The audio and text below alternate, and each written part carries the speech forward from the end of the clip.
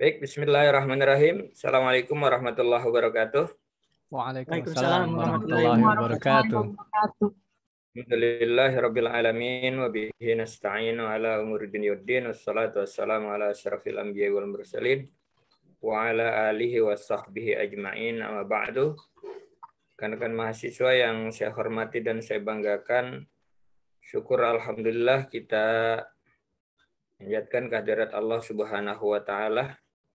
Segala nikmat dan karunia-Nya kita dapat berkumpul, bertemu, walaupun hanya dan baru melalui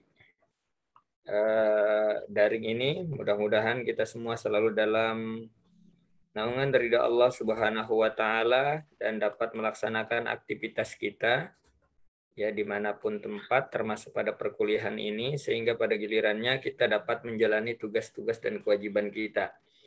Baik, kita awali dengan baca basmalah. Bismillahirrahmanirrahim.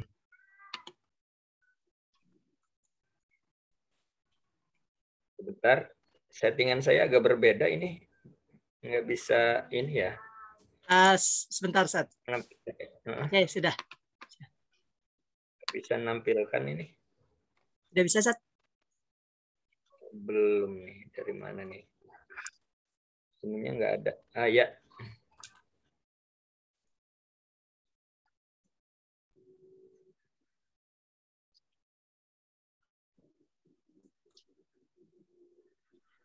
Baik, sudah kelihatan ya?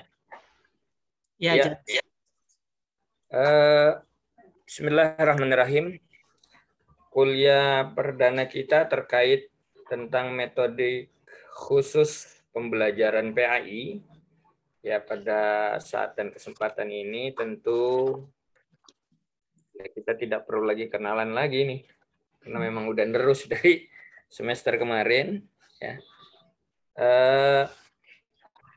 Bahasan kita kali ini tentunya hanya terkait persiapan-persiapan kita kontrak perkuliahan untuk pada pertemuan-pertemuan berikutnya.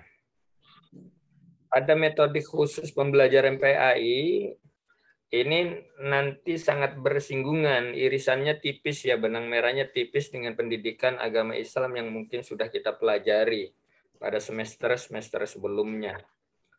Nah, hanya saja ada istilah metodik khusus, ya, metodik khusus.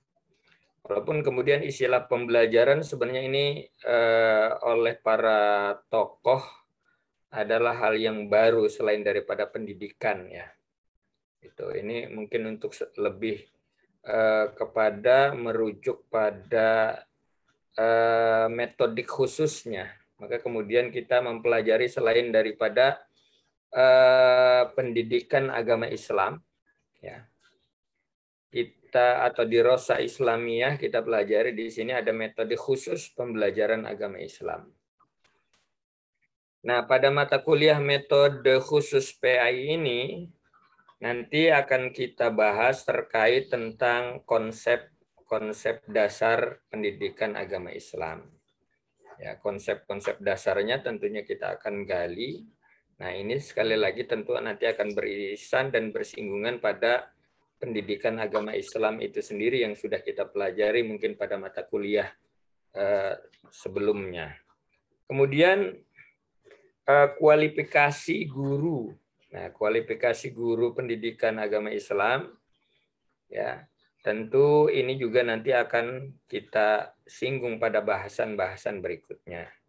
Prinsip-prinsip metodologisnya dan ya yang kesemuanya ini bertujuan untuk bisa memberikan pemahaman dan penguasaan terhadap metode-metode yang dapat ya digunakan dalam proses pembelajaran pendidikan PAI.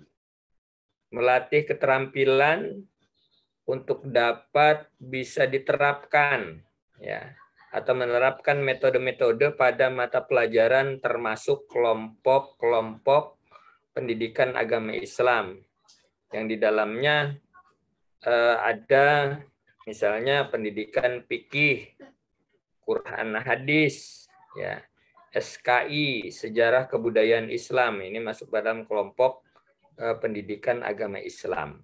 Nah,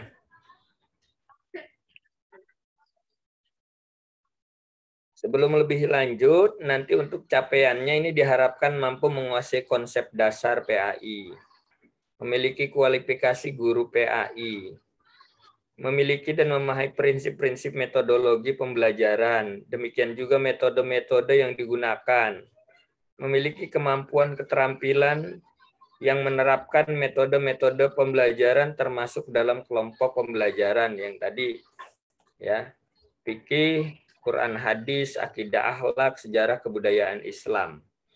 Nah, kesemuanya ini dipelajari ya harapannya mampu kita aplikasikan dan implementasikan dalam pembelajaran.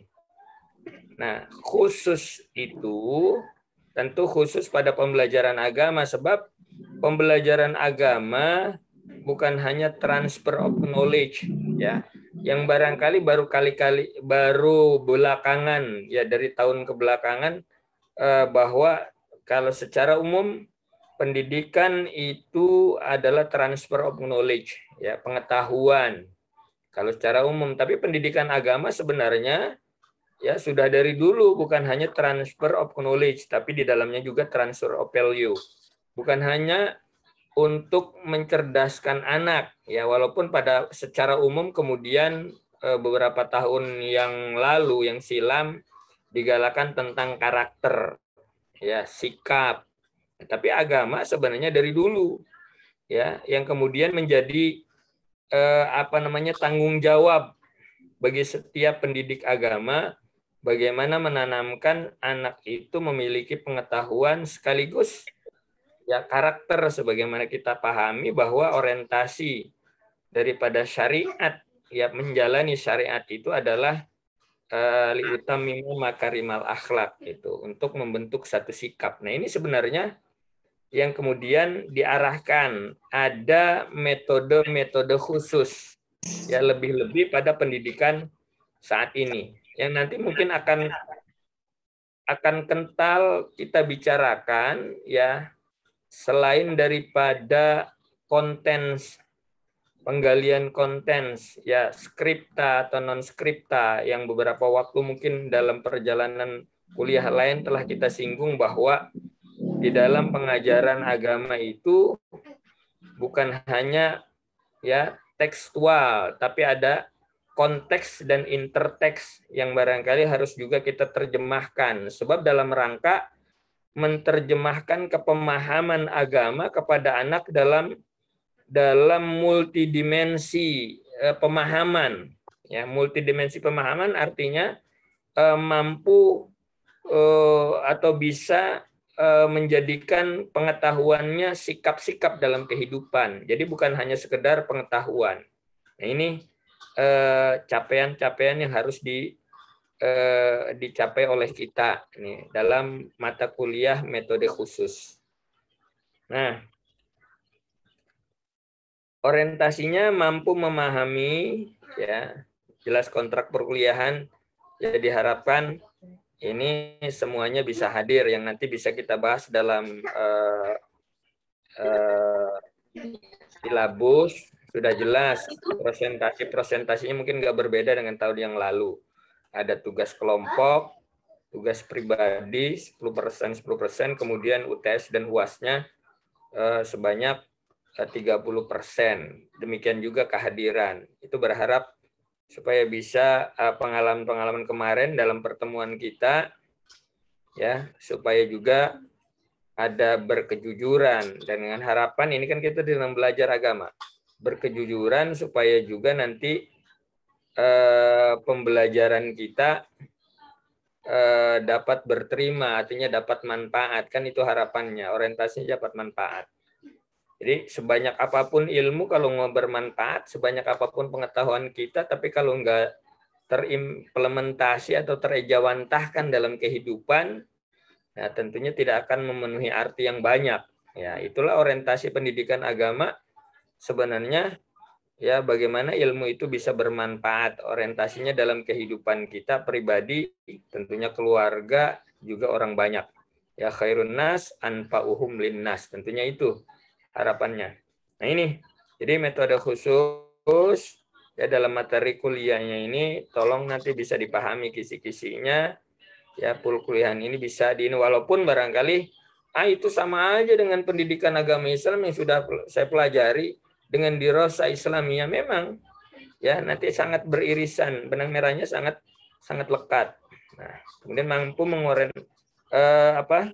mengikuti orientasi perkuliahan di sisi materi mata kuliah metodologi khusus PAI ini.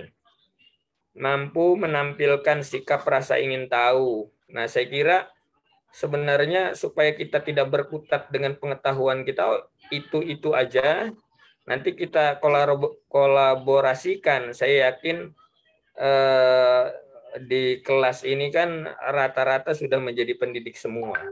Ya, sementara secara konsep kita kupas di sini umpamanya. Tetapi kadang-kadang konsep teori itu juga berbeda pada kenyataan di lapangan yang kita hadapi. Dulu pernah ada, kan udah kita bahas sedikit ya, walaupun dalam mata kuliah yang lain. Nah, ini barangkali nanti bisa kita perkaya ya pembahasan kita ya dalam konteks pembahasan nanti dalam kelompok-kelompok tugas itu. Karena akan sangat berbeda sama sekali, apalagi 2 tahun ini ya. Ini udah masuk ke 20 bulan ya. 19 bulan kalau nggak salah kalau bulan ini. Kita dalam masa pandemi ini tentunya pendidikan dari tingkat dasar sampai tingkat SMA bahkan kita kuliah ini akan sangat berbeda. Barangkali untuk perkuliahan tidak terlalu asing menggunakan metode daring atau penggunaan digitalisasi, tapi sekarang udah mulai dari tingkat TK ya memakai moda-moda seperti ini. Nah, saya kira pembelajaran ke depan bagaimana kemudian eksistensi pembelajaran termasuk bagaimana eksistensi pendidik agama mampu menyampaikan ini ya, apalagi sekarang sudah digalakan nanti lebih kepada pembelajaran blended learning kan gitu. Ya. Ini barangkali yang harus dipahami. Gitu. Makanya di Jakarta ketika kemudian masuk kesiapan tatap muka terbatas itu ya sangat sulit ya, guru-guru di Jakarta mungkin dari tingkat TK sampai SD itu harus menyelesaikan 8 sampai dengan 11 modul pembelajaran. Ya, ternyata bukan kesiapan itu, tapi kesiapan bagaimana pembelajaran itu bisa berlangsung sampai sedemikian gitu. Jadi saya kira ini menjadi tantangan kita buat guru agama, bagaimana kemudian nanti blended learning-nya bisa kita implementasikan dalam konteks pendidikan agama. Nah, inilah metode khusus itu yang mungkin nanti akan kita gali. Gitu. Nah, ini barangkali sudah masuk yang nanti metodologi ya.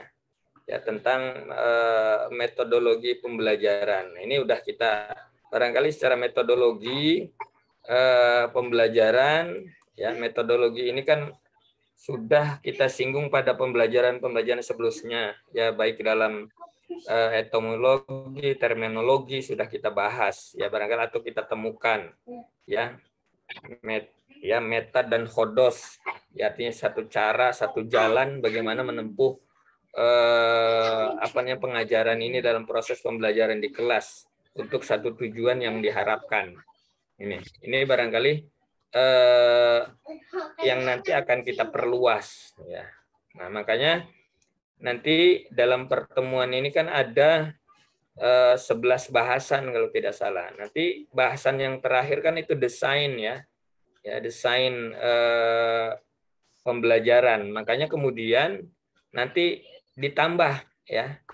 Itu kan desain pembelajaran pendidikan agama. Nah, itu secara umum. Mungkin nanti ditambah desain pembelajaran pendidikan agama di mana gitu. Yang sifatnya observatif, yang ke-12-nya ini. Jadi nggak ada di sini. Nanti silakan dibagi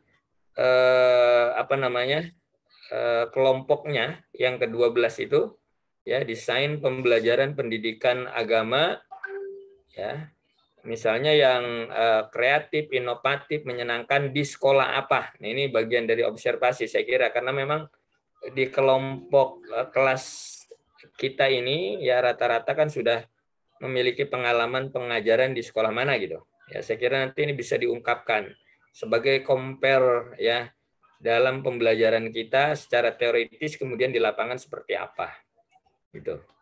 Ya, baik teman-teman mahasiswa sekalian, sebelum lebih lanjut ya, saya kira ini bagian bahasan-bahasan yang nanti akan kita bahas lebih lanjut dalam kelompok-kelompok tugas perkuliahan kita. Nanti bisa dilihat di silabus ya, kalau nggak salah itu ada 11 bahasan ya.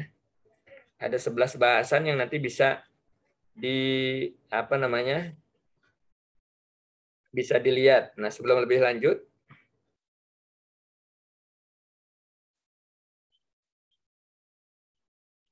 mungkin ada yang ditanyakan sebelum lebih lanjut.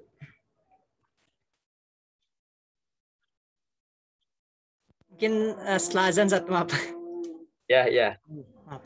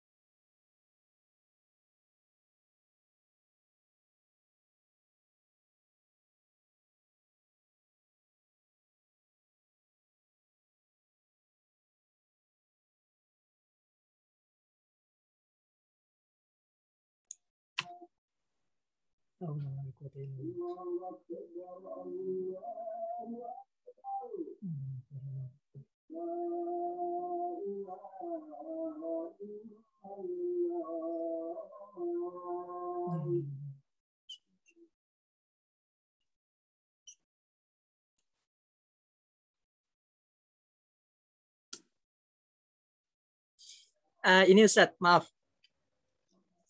Teman-teman ada yang mau bertanya?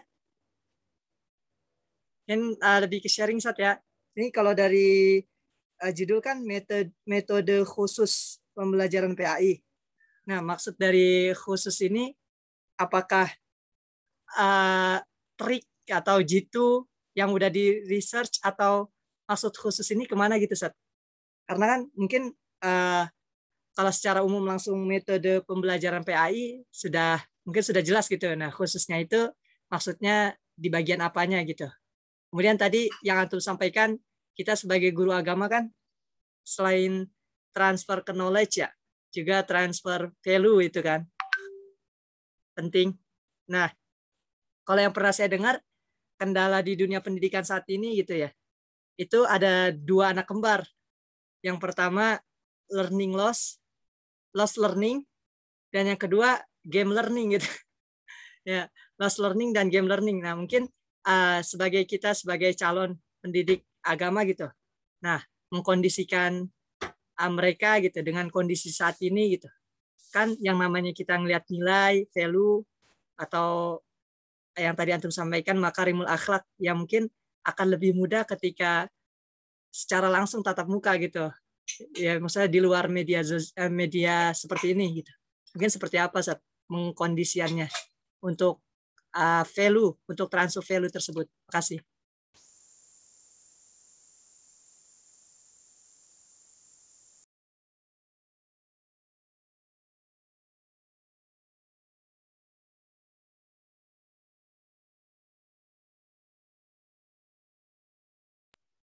Suaranya di mute.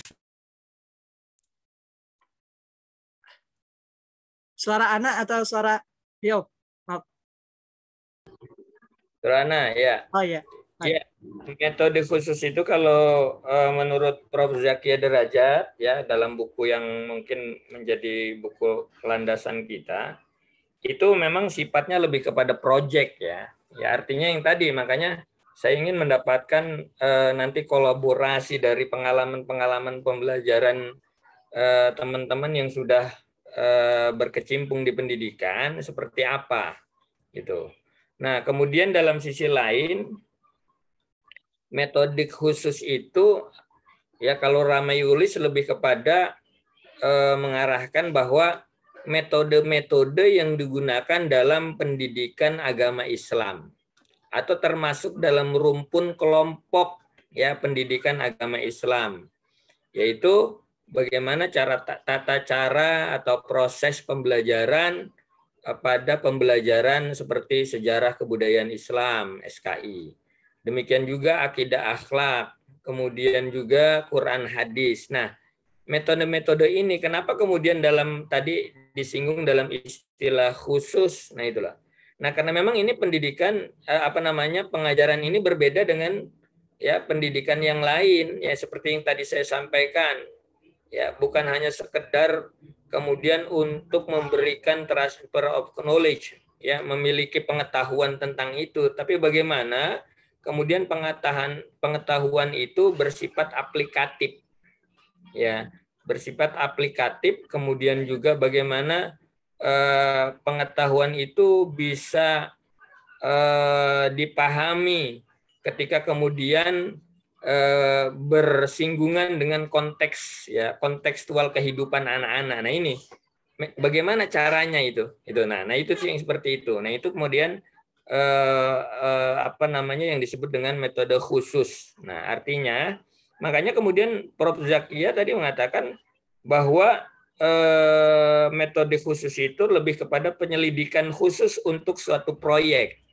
Jadi, nah, ya kenapa disebut suatu proyek tadi? Karena itu tadi berorientasi bukan hanya sekedar dia tahu tracking ininya, tapi kemudian ada outputnya, ya bukan hanya sekedar inputnya, ya ada output, kemudian juga outcome-nya seperti apa. Nah, itu seperti itu sebenarnya.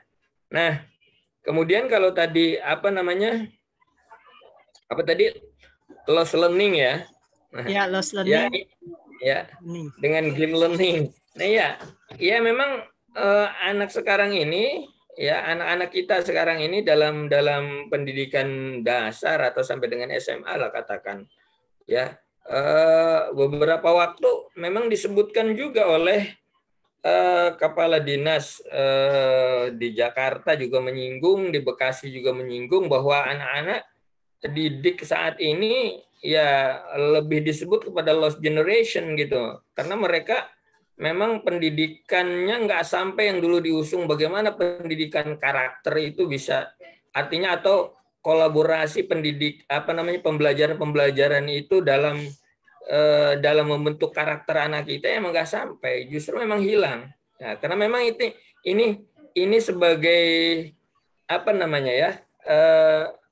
sebagai jawaban bahwa yang dulu pernah kita singgung bahwa ya mungkin saja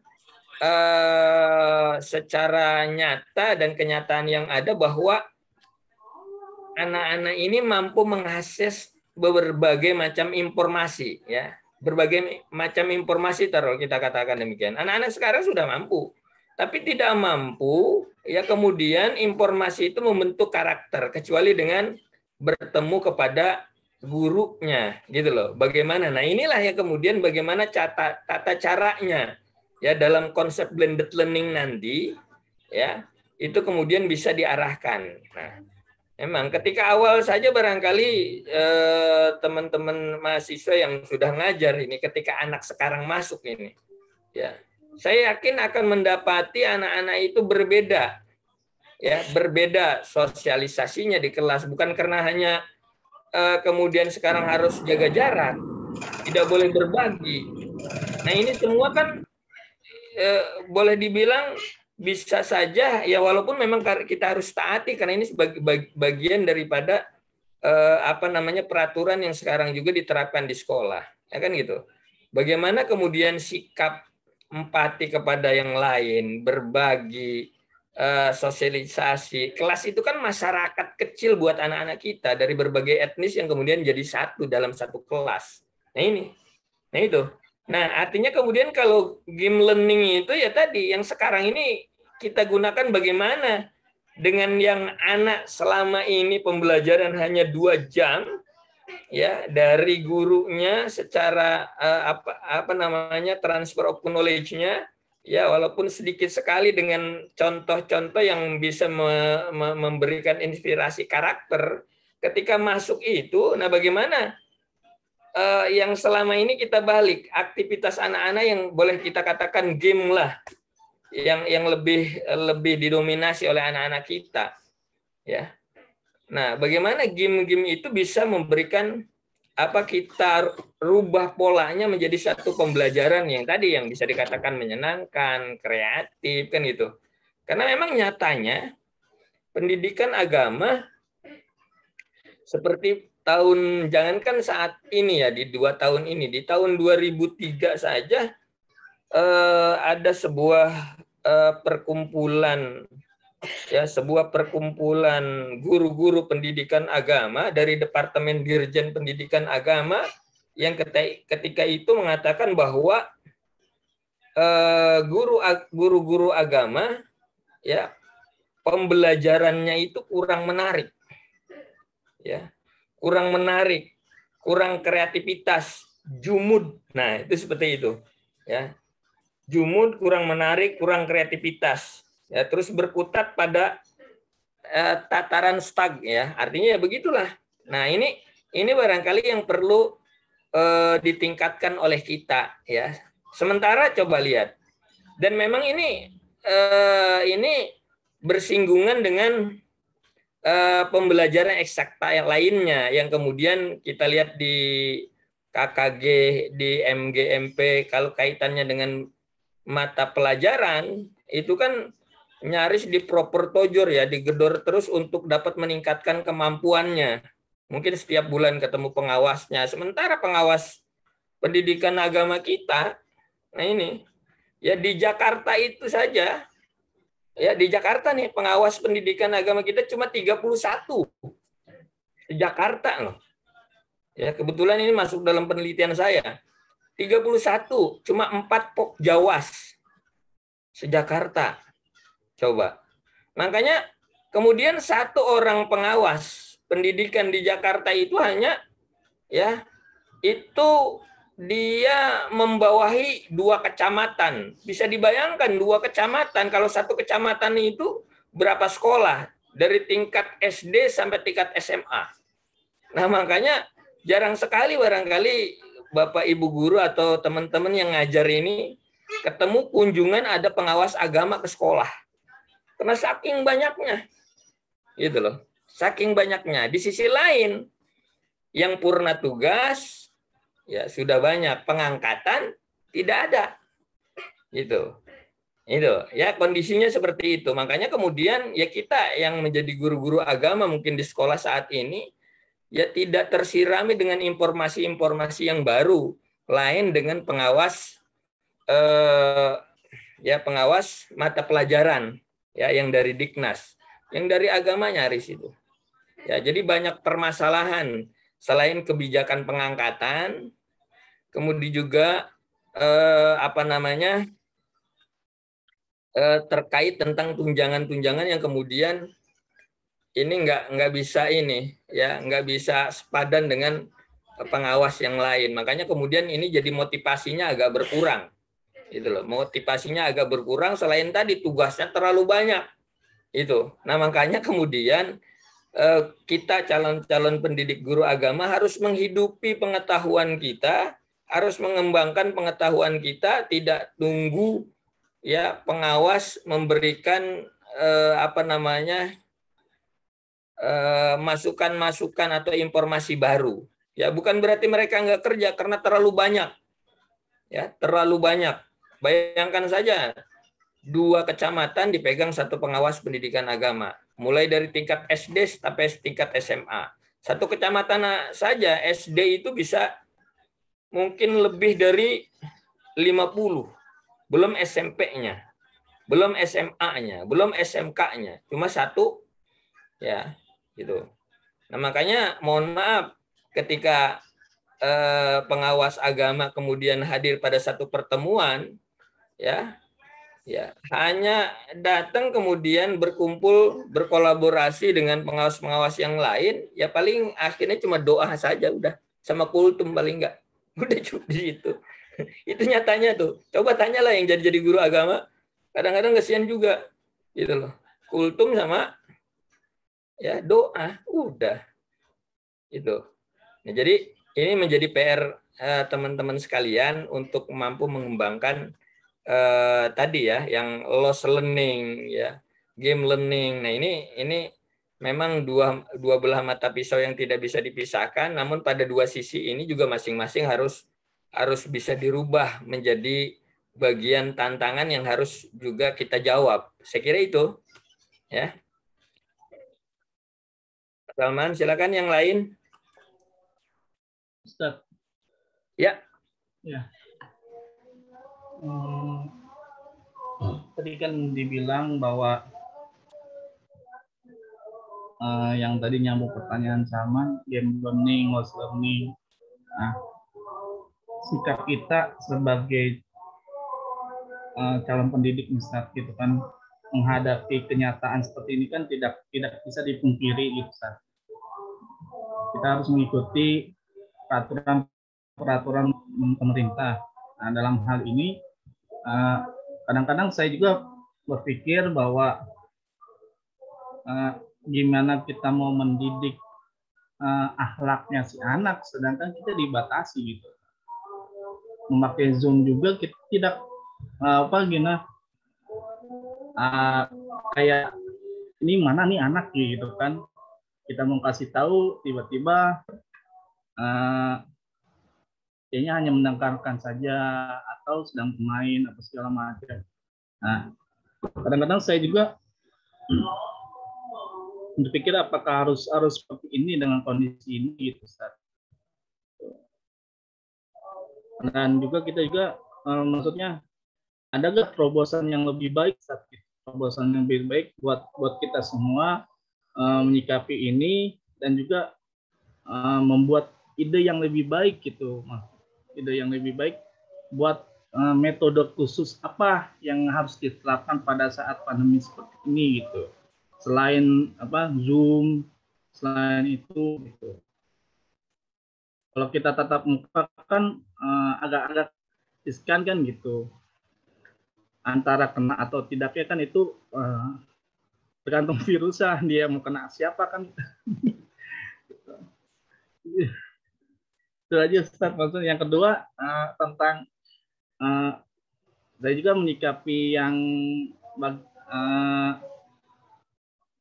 kenapa nggak diangkat-angkat gini. Kalau pengetahuan saya sekarang kan Kementerian Agama ini kan merger Ustaz dengan Kemendikbud. Nah, semua keputusannya harus bersumber dari Kemendikbud. Itu Ustaz. Apakah ada cara gitu Ustaz, maksudnya yang buat pengganti yang paripurna ini gitu.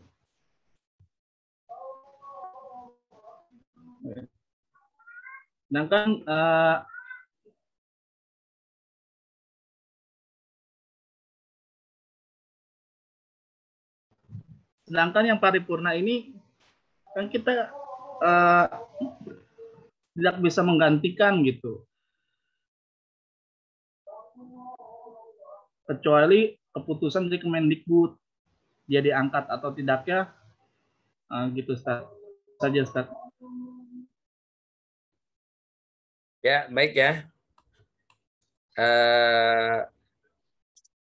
Saya pahami apa yang tadi teman sampaikan, kaitannya tentang terobosan apa. Nah itu. Makanya kemudian kenapa pembelajaran metode khusus pendidikan agama ini ya pada masa antum ini ya disodorkan. Mungkin pada zaman saya nggak ada malah ini metodologi metode khusus pendidikan agama, yang ada pendidikan agama Islam. Nah ini, nah bagaimana pembelajaran apa yang tepat kalau memang saat ini kita masih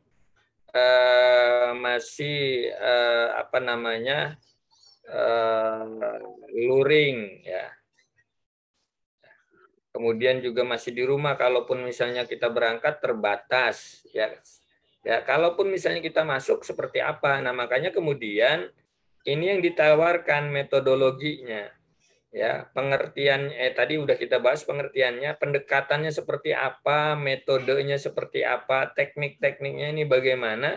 Ini yang kemudian nanti harus kita dalami masing-masing, ya, sekaligus berdasarkan taruhlah bisa yang mereka-mereka yang sudah mengajar berdasarkan pengalaman. Sebab tadi saya sampaikan, kadang-kadang teori ya dengan lapangan atau pengalaman itu sangat berbeda. Ya, sangat berbeda ya dengan kenyataan yang ada. Nah, tapi ini bisa menjadi bagian yang kemudian bisa kita dalami pendekatannya sih seperti apa, metodenya seperti apa, teknisnya seperti apa. Nah,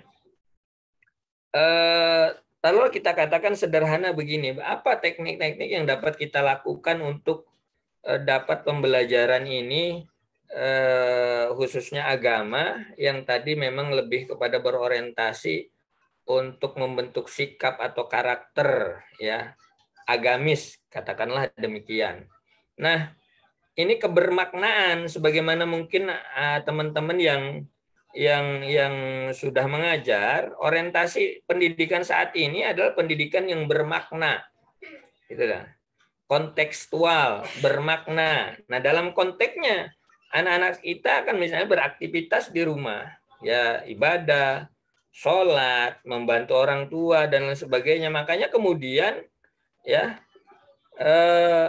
bagaimana anak-anak kita itu mampu menjalani aktivitasnya di rumah, ya aktivitas di keluarga, ya dalam kerangka ibadahnya.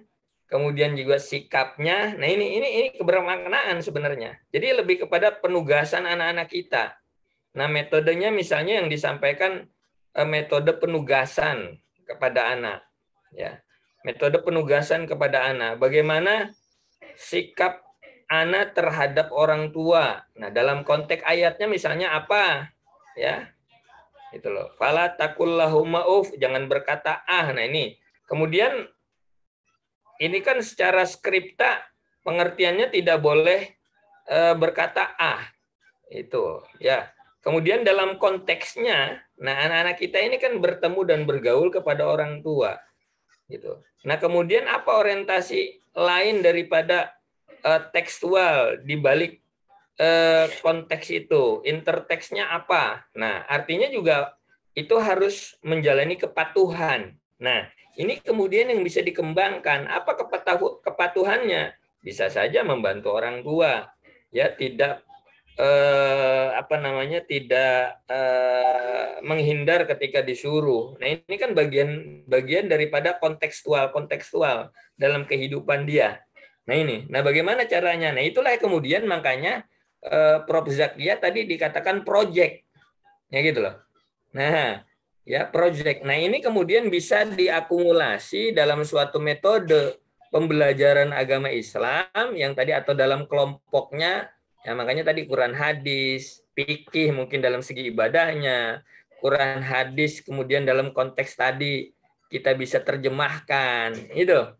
Ya, itu dalam pendekatan-pendekatan yang kita pakai untuk pembelajaran tekstual Quran hadis tapi lebih bermakna dalam kehidupan. Kita terjemahan dalam makna-maknanya. Itu barangkali salah satu contohnya. Ya, dalam ini. Kemudian selanjutnya tadi kan disinggung ya tentang purna tugas ya. Ya. Bukan paripurna, purna tugas. Nah, purna tugas ini memang pengangkatan itu bukan merger ya, itu masing-masing ada sebuah kebijakan, ada pengangkatan melalui Pemda yang dalam hal ini di bawah Kemendikbud, ya kemudian ada guru agama memang yang diangkat dari Departemen Agama gitu loh, ya. Sementara ada guru agama yang diangkat oleh Departemen Agama, ya berada di tugasnya mengajar di sekolah umum. Ya, entah SD negeri, SMP, SMA. Nah, ini artinya dia berada di dua kaki. Di sisi lain payungnya ya Kemenak, di sisi lain dia berada di ya di sekolah umum. Nah, inilah nyatanya buat pengawas-pengawas kita ada dipayung oleh Kemenak, dipayungi oleh Kementerian Agama, tapi tugasnya berada di sekolah umum. Nah, ini yang salah satu pengakuan dari praktisi pengawas kita kadang-kadang kurang kerasan sebab kita berada di rumah orang walaupun kita punya tugas di situ, gitu loh. Itu. Nah, lain halnya dengan pengawas mata pelajaran karena memang dari Diknas langsung. Nah, jadi pernah juga ada satu kasus ketika kemudian guru agama yang diangkat oleh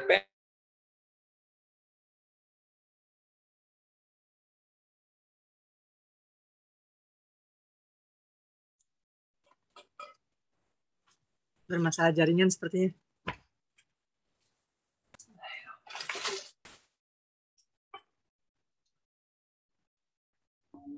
Absen nggak ya?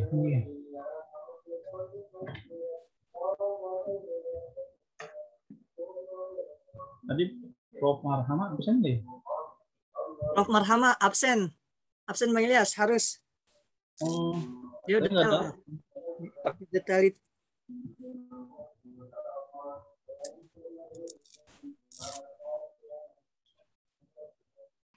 Baik, ya. sudah, Ustaz.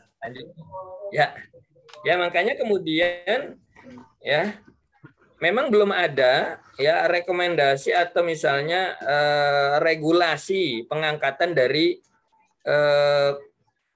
Diknas terkait tentang pengawas. Dan karena pengawas beradanya pengangkatannya di Kemenak, gitu. Ya, di Kemenak.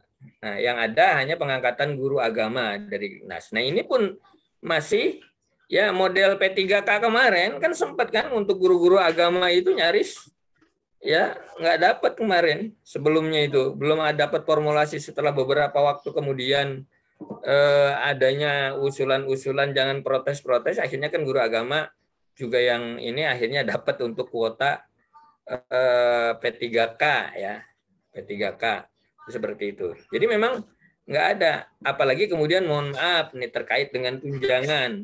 Nah, sangat berbeda di mana dia punya payung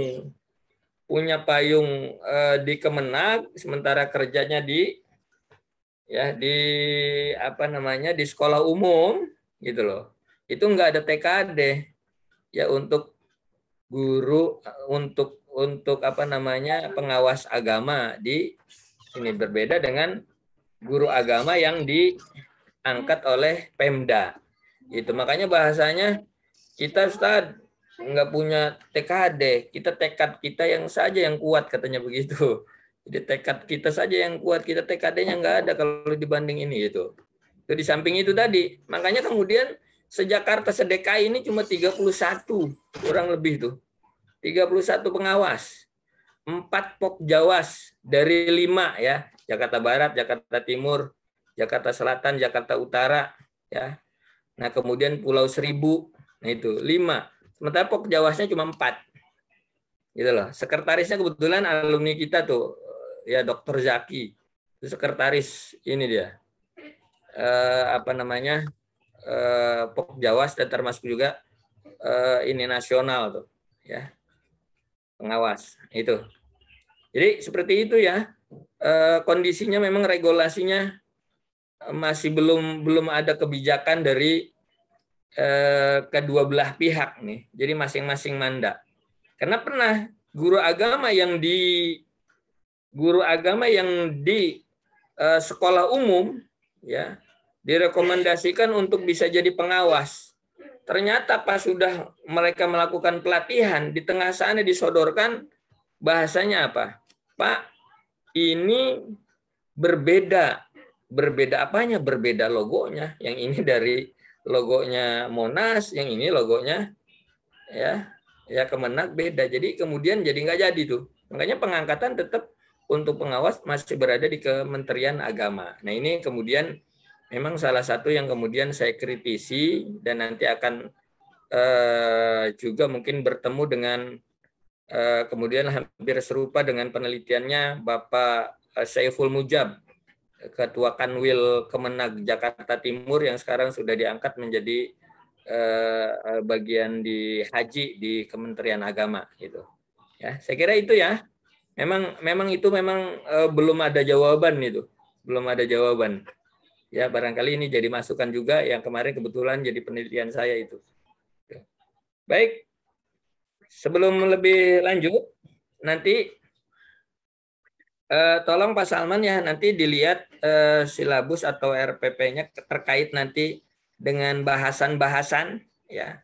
Boleh yang sekiranya bahasannya banyak, mungkin bisa dibagi 2 walaupun di situ cuma 11 12 ya. Coba nanti kita lihat. Cuma 11 11 bahasan saya tambahkan sebenarnya 1 itu menjadi ini. Coba kita lihat. Maaf Ustaz.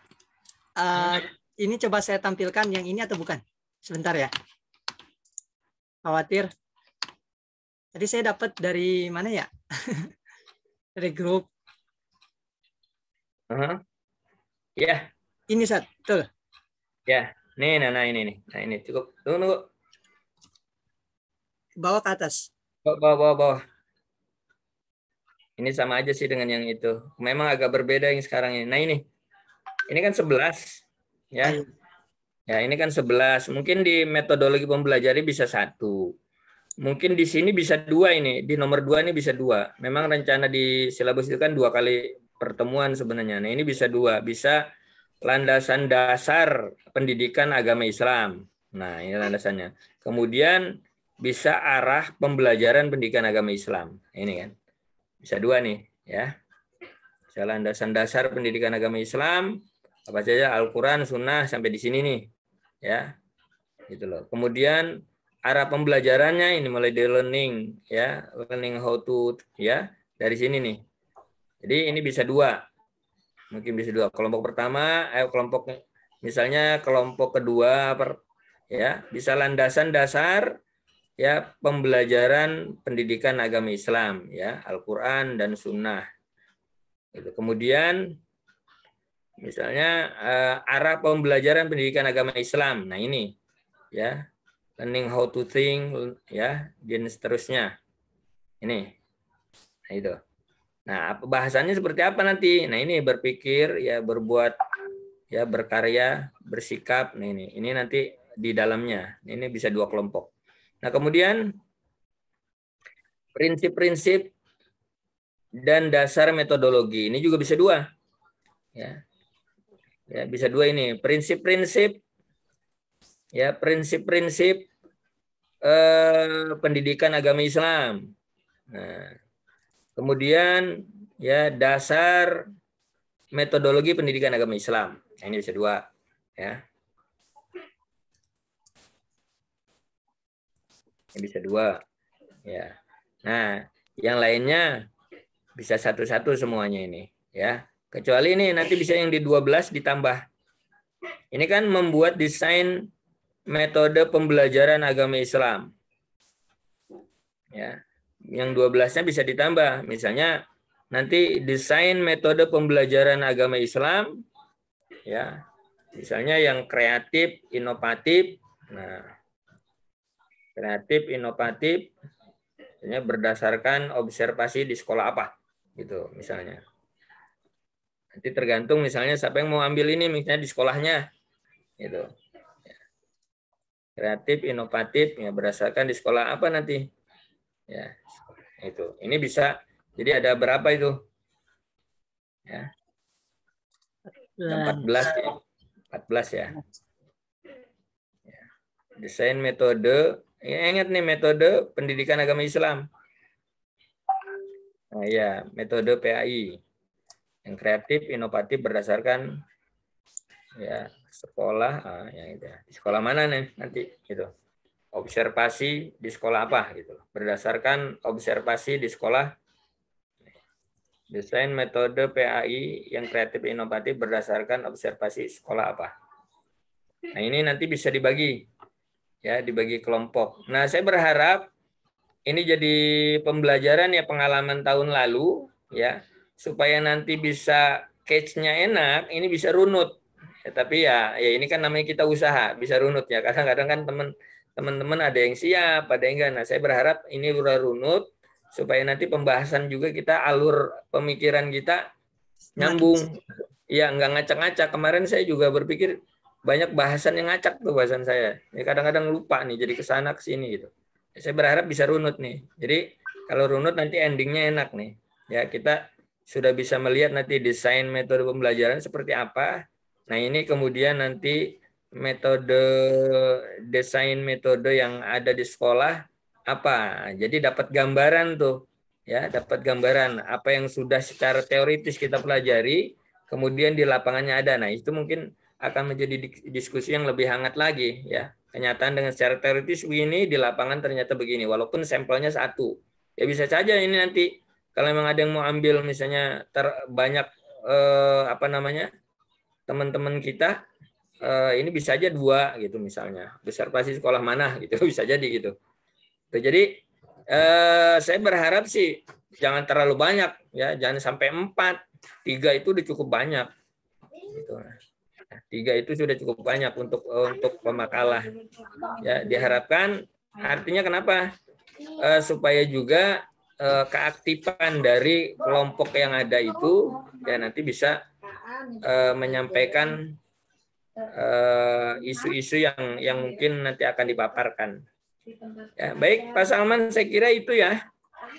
Ada lagi yang lain? Maaf Ustaz, di sini ya. Tadi yang antum sampaikan kan secara khusus pembelajaran PAI itu ada akidah ya, Al-Quran hadis. Ya.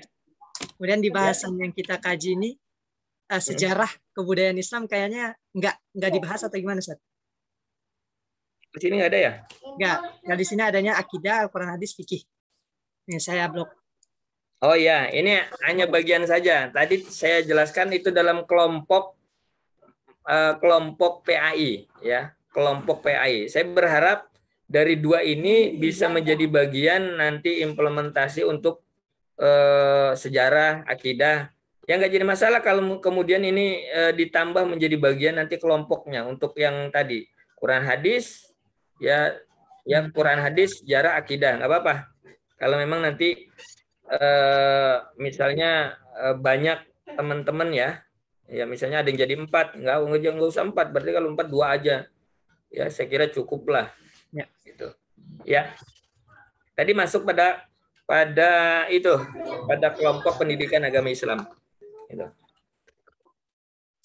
Kenapa saya sampaikan di situ fikih dan Quran hadis. Nah tadi karena konteksnya fikih saya lebih kepada bagaimana ibadahnya gitu. Kemudian Quran hadis bagaimana tadi menerjemahkan yang kemudian menjadi boleh dibilang teoritis, faktual menjadi kontekstual gitu. Ya, seperti itu. Baik. Masih ada?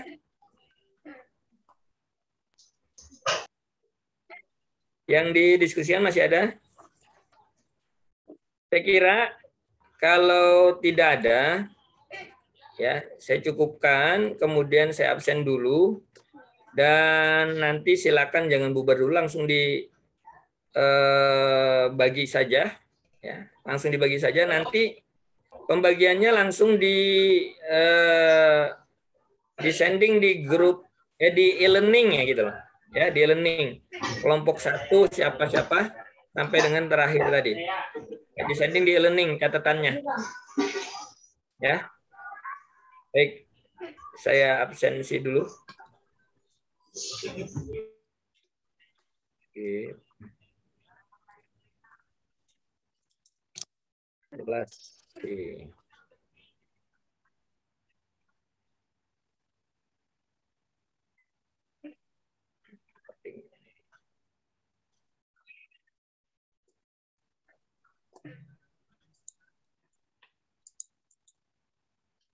Baik, sebentar. Ya. Naurotun, Mawjudah? Naurotun Nazifah, Zat. Ya. Nggak ada, Zat. Ada. Kayaknya Ahmad Sofyan. Iya, Ahmad Sofyan. Ada juga. Ada, Zat, ada. Hadir Ada. Ustaz. Ya, yang kelihatan nggak apa-apa, takutnya agak sulit untuk ini. Salman ada, Agung Santoso. Hadir Ustaz. Ya, Siti Rahayu. Hadir Ustaz. Ya, Putri. Putri Nopianti. Hadir Ustaz. Ya, Salsabila. Salsabila, Siti Fatimah. Ada Ustaz. Ya, Nur Aini. Ya, Hadir. ya. Reza. Hadir Ustaz. Ya, Ayu Widyaningrum. Hadir Ustaz. Budi Chandra hadir. Naga Kunadi hadir. Adi Nurrahman. Hadir Ustaz. Baik, ya, masih di jalan ya. Monika. Monika mau juga? Hadir Baik. Ustaz. Hadir. Ya, Khairun Nisa. Hadir Ustaz. Siska. Hadir Ustaz. Muhammad Ilyas. Hadir Ustaz. Ya, baik. Oh iya tadi ya. Nidaul Hasanah. Hadir Ustaz. Baik, Zahratu Aini. Hadir Ustaz. Baik, ada 20 yang tidak hadir. 1 ya. Ahmad Sofyan. Berwujud. Ada Ustaz, ada hadir. Ada. Hadir ada. Ustaz. Iya, iya. Baik. Saya Oh, belum iya. dipanggil Ustaz. Norotun. Oh, masih lanjut. Ya, Norotun Norotun ada ya? Belum Ustaz. Belum ya. Siapa tadi yang belum dipanggil? Saya Ustaz Fitriani.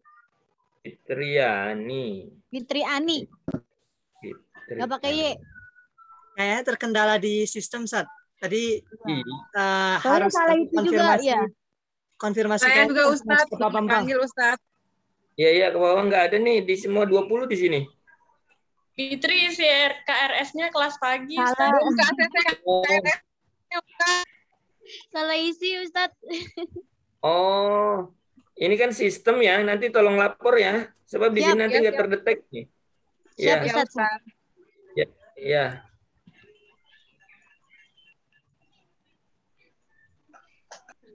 Baik ya, saya kira cukup dulu. Nanti tolong di ini Pak Salman di share di ini dimasukkan nama-namanya di e-learning ya, di e-learning supaya ingat saya runutannya.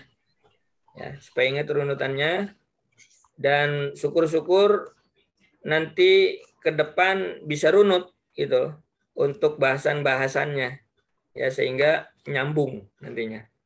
Baik, ada lagi yang perlu didiskusikan? Halo? Jelas sekali Ustaz.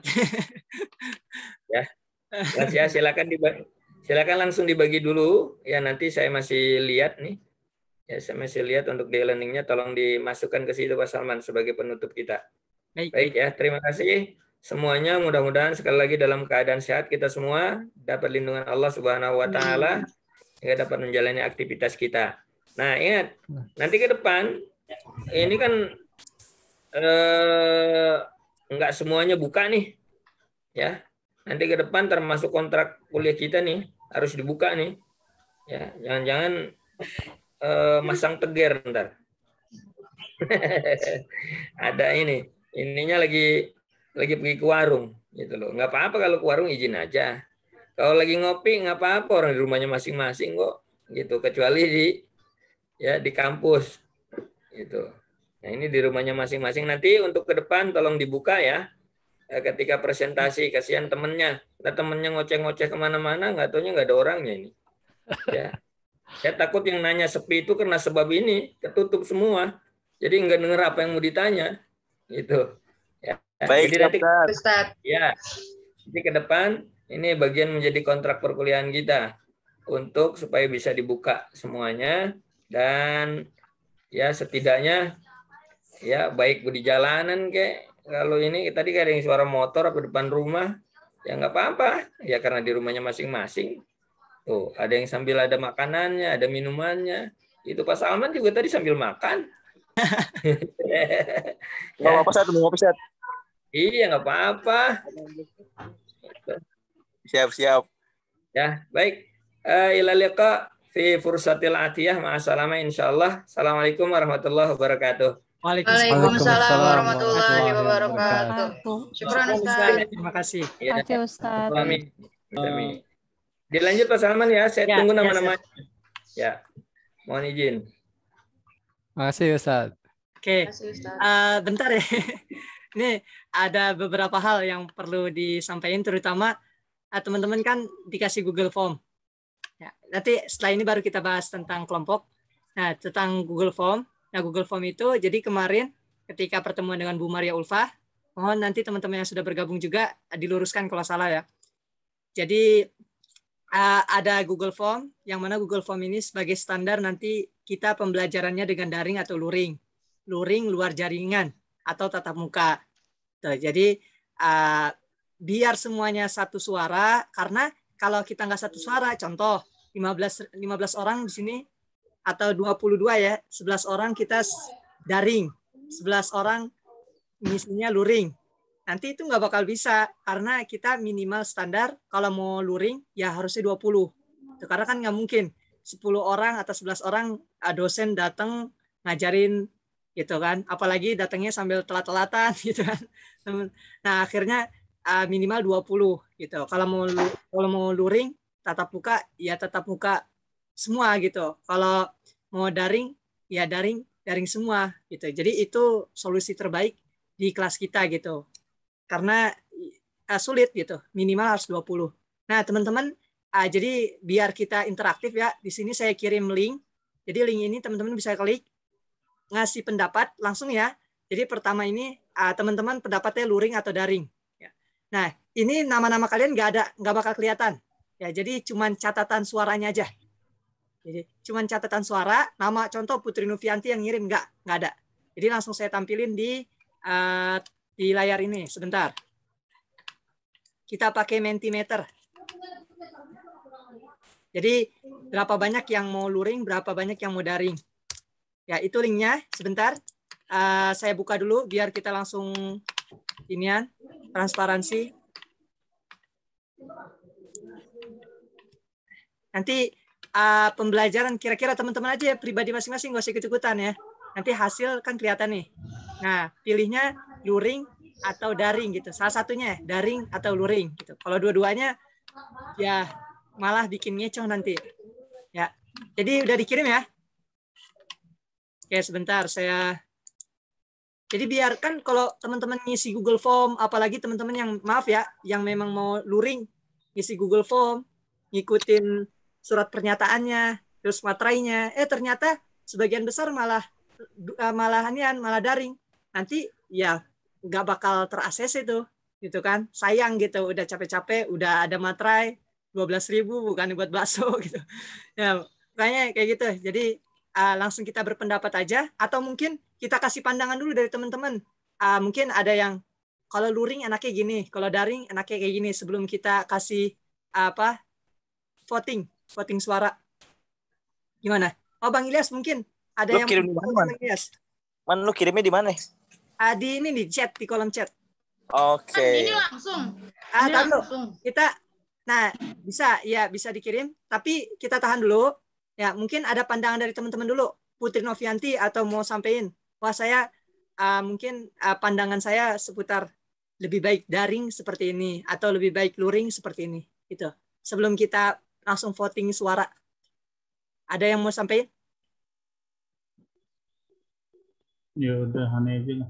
Oke, Bang Ilyas, silakan. Boleh, teman-teman. 3 menit ya. 2 menit lawan dia. Wati senang banget. Ya, Bang Ilyas. Ya, bismillahirrahmanirrahim. Assalamualaikum warahmatullahi wabarakatuh. Insyaallah. Waalaikumsalam warahmatullahi wabarakatuh.